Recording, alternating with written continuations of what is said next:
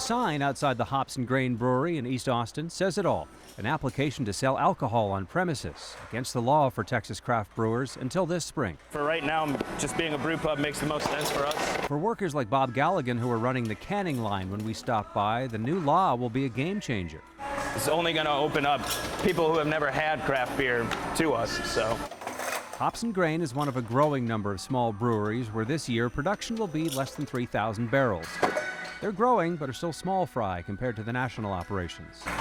Beer in Texas, in my opinion, is changing. Before the legislation, places like this were destined to stay small, only able to offer free samples and glassware they sell. Yeah, all of our distribution will stay the same. The brewery owner, who started in the craft brew trade in Colorado, says Texas is now allowing a more sustainable business model to emerge. For us, it's going to give us a lot more opportunity to expand and grow, from our cash flow instead of having to go after investment capital or bank loans. And here in this storage area right next door, Josh is talking expansion, making this the tasting room where people can sample the beer and for the first time take a six-pack to go.